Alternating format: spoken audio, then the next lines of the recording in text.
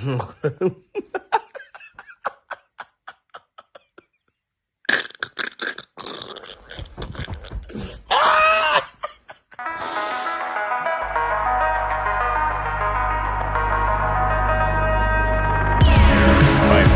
to another edition, Pure Picks. We're back for UFC 329, some best bets. Got Top G here. How you doing? I'm doing great. Another big week of fights and return to the Mac, so it's going to be something special. Yep, return the Mac versus Max Bet, Max Blessed. You know, there's a lot of things going on for this fight card. I'm really excited. I'm just a huge Conor McGregor fan. I think that MMA is praying that he wins this week, but we'll see what happens, at least from my eyes. Let's get into some best bets, man. Like, you know, last week you did a fantastic job. Want to definitely keep that train going. What do you got for this week? What kind of plays are on your mind right now?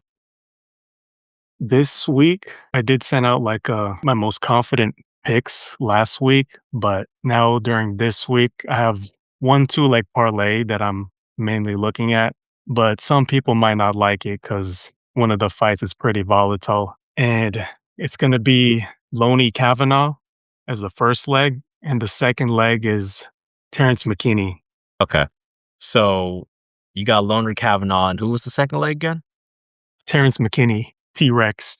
Damn, I thought I misheard, but you definitely said Rex. So awesome, man. Well, yeah, I guess you know, it's plus 157 right now for a 2-leg parlay. Yeah, I would love to hear, maybe give the people what you're thinking for this one. Yeah, we could start with the scary fight. It's the T-Rex versus King Green. It's basically like a simple read. It's whether you trust whichever fighter at their best case to win in a short fight, most likely, or do you trust King Green to survive and finish Terrance McKinney past 2 minutes and 30 seconds? So, I mean, King Green has been on a roll, but looking at his record, none of his past fights give me confidence in facing like a explosive starter. I feel like anytime he's faced someone who resembles like danger and explosive in the first round, he tends to get finished, and he doesn't finish those type of people either. So based on his long track record, 39 years old, he's still going strong, but I think there's a time and day when what you're facing is just too much, and I think that time is now against Terrance McKinney. Terrance McKinney's I feel like he's really underrated in terms of his talent because he can grapple, he can strike, he can do all of it. It's just that he can get reckless and just fight for a finish and not keep his gas tank. So I'm going to be siding with the danger, the person who's closer to their prime. So I'm going with Terrance McKinney via first round. I'm going to say knockout, but I can easily see a submission as well. Cool. Okay. And what about that second leg with Kavanagh? With Loney Kavanagh, this one is like a similar read. It's like I'm also kind of fading the guy who hasn't looked that great and has been in wars and may not be as durable as he was when he was fighting years before. And I'm going with Loney Kavanagh, who has everything. I feel like I think he's going to be the quicker, more explosive fighter, more danger factor, especially early as well. And he has a solid gas tank, so I'm not too worried about him getting gassed at the third round if it reaches there. And yeah, I think Loney Kavanagh can intercept the volume of Royval in this one, and I don't trust Royval's chin or durability. I guess you could say the same thing for Kavanagh, but Royval doesn't really have power in his strikes, in his finishes. If he's gonna catch you, it's usually something crazy, dynamic strike that usually has a low chance of hitting. So I'm siding with Kavanagh there, and I think that's my most confident play right there. Yeah, I mean, out of these 2 legs, I definitely love Kavanagh. I guess even outside of this parlay, I think he's probably one of the better values on this card for me. Personally, I think that if he continues on this trajectory, he should fight for the belt in 1 to 2 fights. If he beats Royval here, which I expect him to do, you know, it's flyweight. It's just a competitive division. Even the current champ got knocked out by Charles Energy Johnson. You know, let's give Kavanagh some love, even by getting knocked out by by energy, man, that's not that bad, right? The current champ got knocked out by energy. We know how much we liked our boy Van. Like, I think Kavanagh just has a lot of skill all around. I see very few holes in his game. Only concerns I have from him as a fighter, as he continues to climb the ranks, is kind of a little bit of a suspect chin, to be honest.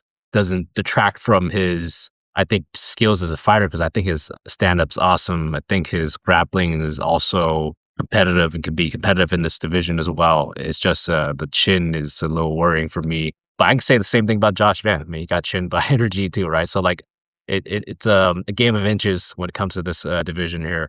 Some people might say that he has some cardio issues too. I think he just more so slows down. Kind of reminds me of Pantoja a little bit, right? Like, I don't think they have like a bad gas tank. They actually do a really good job pushing through and continue to fight. And it shows me that they have a lot of heart. So I do like his gas tank. That last fight that he had against Moreno showed me that I think he has a good use of his gas tank. And the reason why was, I remember that he stepped up against Moreno on short notice, from what I remember.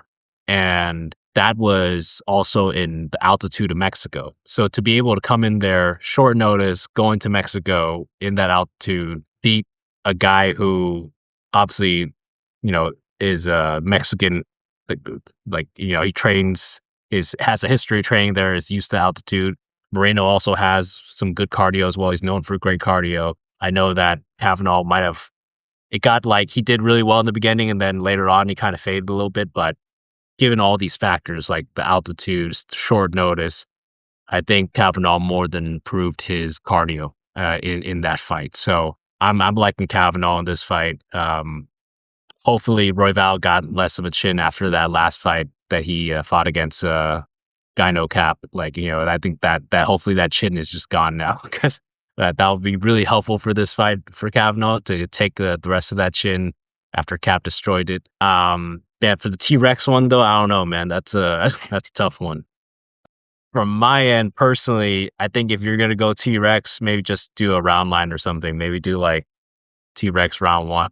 He could get a sub or a submission. I mean, he's ultra talented, very, very talented guy, but I just cannot look past this guy's record. Like, he just wins, loses to all types of people. It's like, it's a lot of wins and losses just against all sorts of competition. Bobby Green, God, he's old. He's getting up there in age, but he's been looking impressive, I think. And if he gets past round one, I think it's Green all day. It's just, will he get past round one? Terrance obviously is a very dangerous person. Yeah, so I'll personally probably lean Terrance McKinney round one -110 rather than even doing his money line, honestly. But yeah, like, this is a round one or bust for McKinney, I think, because Bobby Green just has that game of, you can tell he's going to win decision, or he might even finish McKinney in round two, round three, if it gets that far, which I don't think it will. This is, to be honest, it's kind of similar to the Manuel Torres and Rafael Fiziev fight. It's just both of these guys, I think, are like less than those other two guys. There's just like less everything. Obviously, McKinney's super dangerous, but he's even more round one or bust than Manuel Torres. I mean, obviously, Green is, I think, a little worse than Fiziev at this point. Yeah, so liking where you're going with Kavanagh, T-Rex, that's, hopefully that hits. If you don't like that one, the safer one, if you think it's safe, is the under 1.5 instead of the T-Rex leg. There's that option too. I like that one. That's a nice one right there. It's kind of similar to what happened last week, right? With the under 1.5 for Fiziev and Manuel Torres, got that +115. Obviously, it's a little deeper price this time, but if you can put that one another parlay piece, I don't really mind that too. One interesting thing though, I mean, Green and McKinney, I saw that there's something about them like just hanging out recently, and like they may be friends outside of this. So who knows? Like, this could be a lot of wild stuff that happens. Maybe there's like some over 1.5 collusion coming in.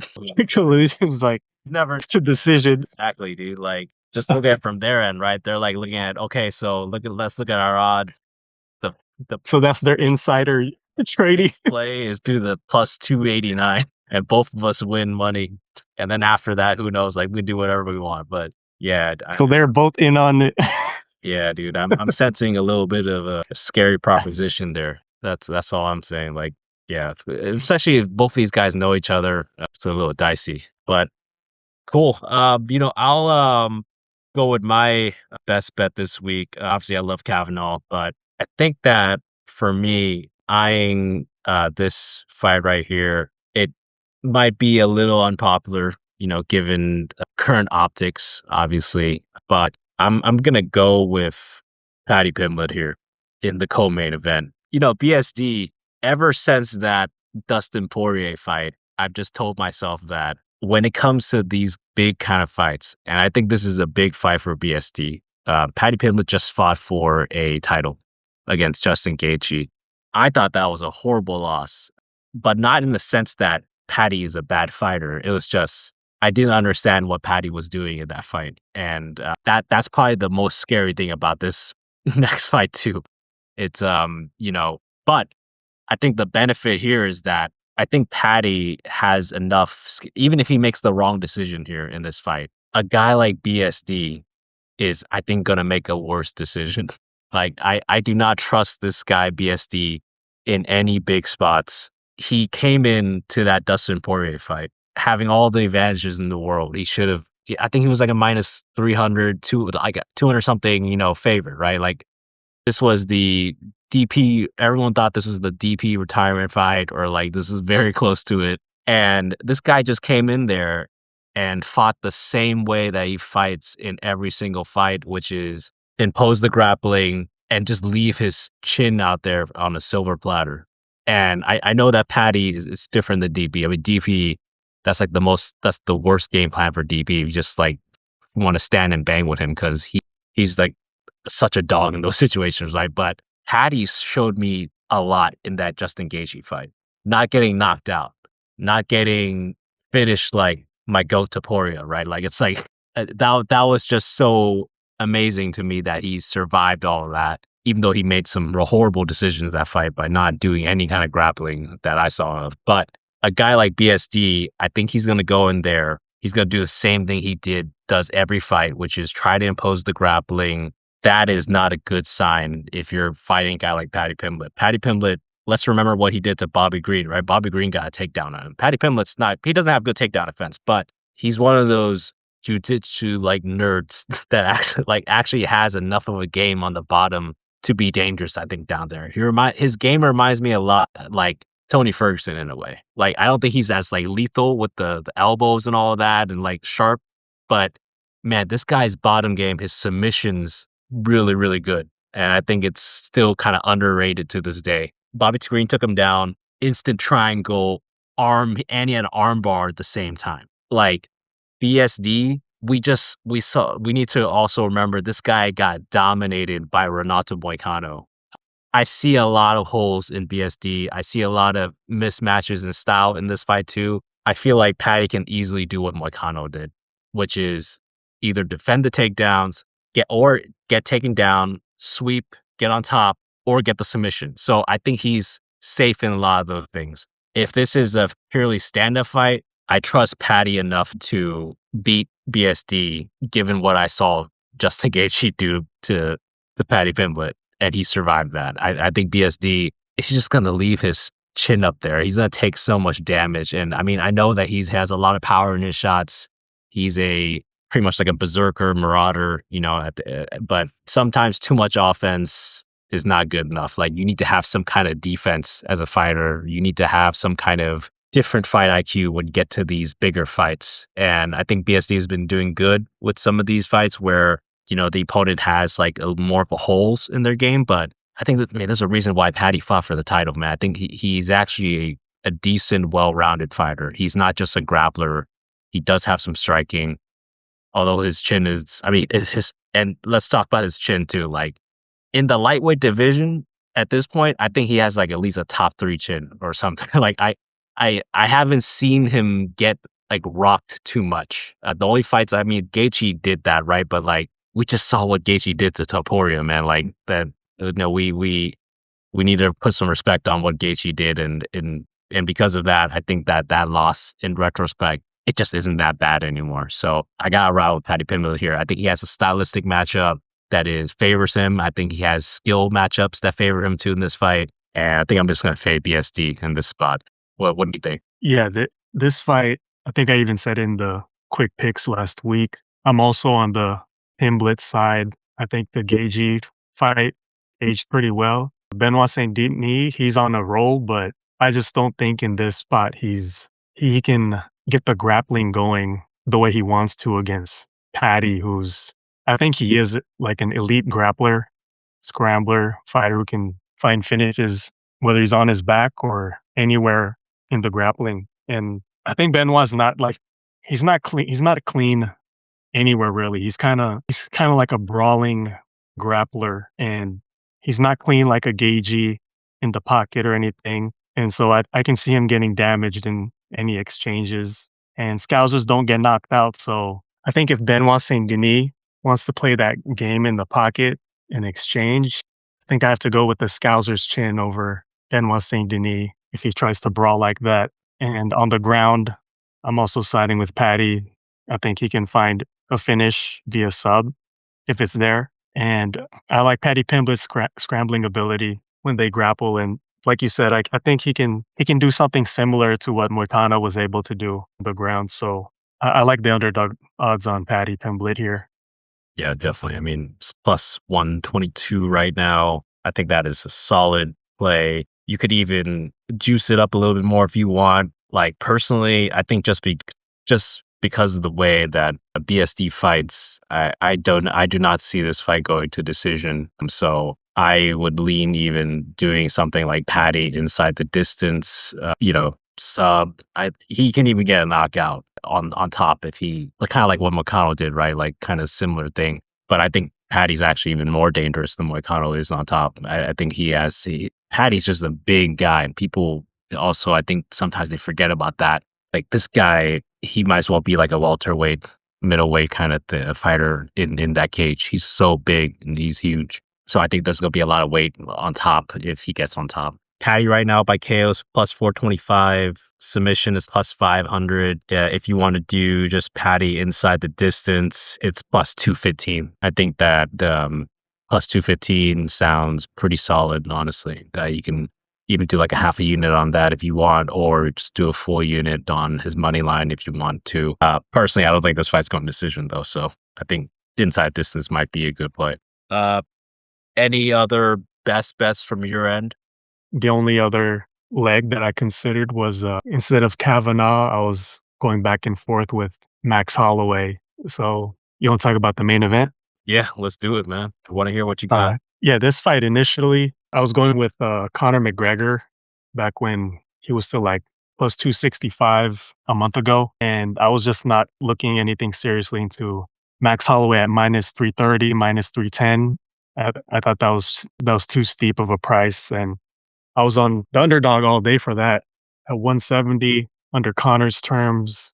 I'm guessing he's going to be coming when he's ready and where he thinks he can win. And taking Max at 170, I think he's really confident that he can win that fight. But now that the lines have gone closer, you might be able to get Max around minus 200, even closer as we get closer to the fight. Maybe even more people will be hammering some Conor action. So we'll see if it gets to that. But yeah, I think Max will be able to survive the first two rounds in this fight, like Gaethje did against Topuria. And I think Max's volume and just being in there for the past 5 years from fight to fight, he hasn't really lost a step. He still has his timing. He still has his speed. We'll see if that changes at 170. For Conor, I just don't know if we'll see the fluid Conor after 5 years and not being at his peak athletic form during those 5 years. So I think this is going to be a tall task for Conor to come back. And yeah, I think Max should be like a bigger favorite right now. But obviously the hype on Conor. So I like Max's discount right now.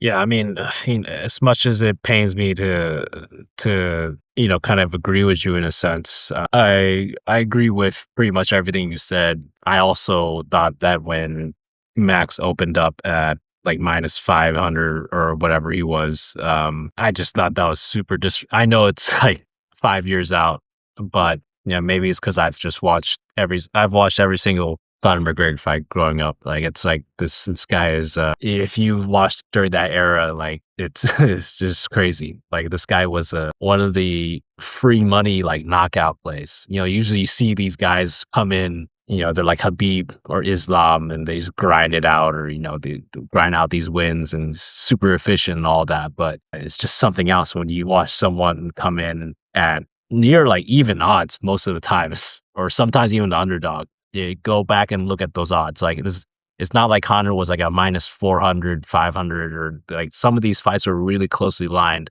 And to be able to come in there pretty much each and every single time, aside from a few losses, he does have a few losses in there, but man, he knocked out everybody in stunning fashion, like each and every single fight. So he's always going to hold a special place in the hearts of many people that watched him, but yeah, like this is a little too much, I think. Mad respect to Conor, though, for even coming back to fight 5 years out and wanting to fight a guy like Max Holloway, a guy who just fought for the BMF title, who's the baddest man in the sauna, obviously. Like, he just fought for that title, right? And, this is just too much, though. I think that I really wish that it was Michael Chandler instead. We saw what just happened to him. I think that could have easily happened to Michael Chandler if he fought in this fight, too. But it just doesn't make logical sense to me if Conor comes in there and knocks him out. I'll be rooting for him, and I'm actually praying for it, man. Like I think MMA needs it right now. I think the UFC needs it right now. They just need the guy back. They need their number one star back. This guy is a total moneymaker. He brings so much interest into the sport.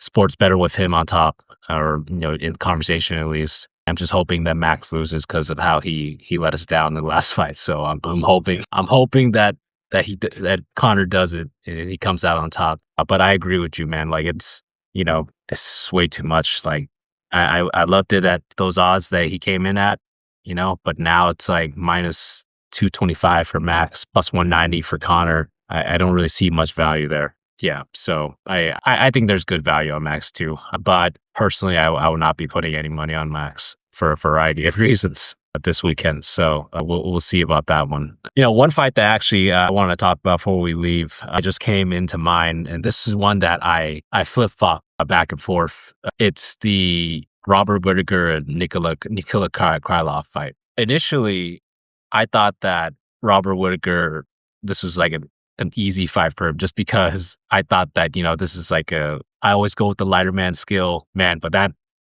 has been disproven a lot in recent times. I mean, I feel like the meta is changing on that. Maybe it's just because, Top Toro let us down a lot in that last fight, but I think that Krylov could be a little dangerous for Robert Whittaker. And it's not anything that has to do with the skill or even the style, really. It's just, I don't know if I trust Robert Whittaker at 205.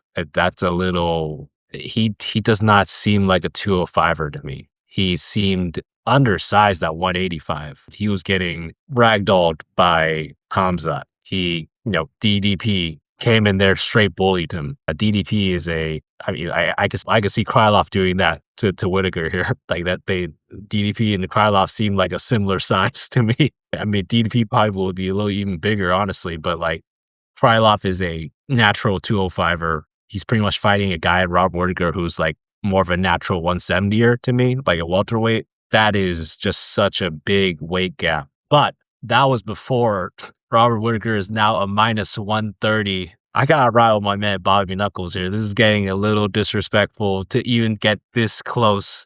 You got to be kidding me. Like, I understand why people were taking the value of Krylov at those other odds, right? But come on, man, this is Bobby Knuckles here. Like, you're telling me that Krylov is it? Like, there's no way, there's no world where Robert Whittaker is a worse fighter than Nikita Krylov. The only concern I have is that if he gets slept like Jan Blachowicz still slept Luke Rockhold, that's the only one that I see where, like, because it's kind of a similar deal, right?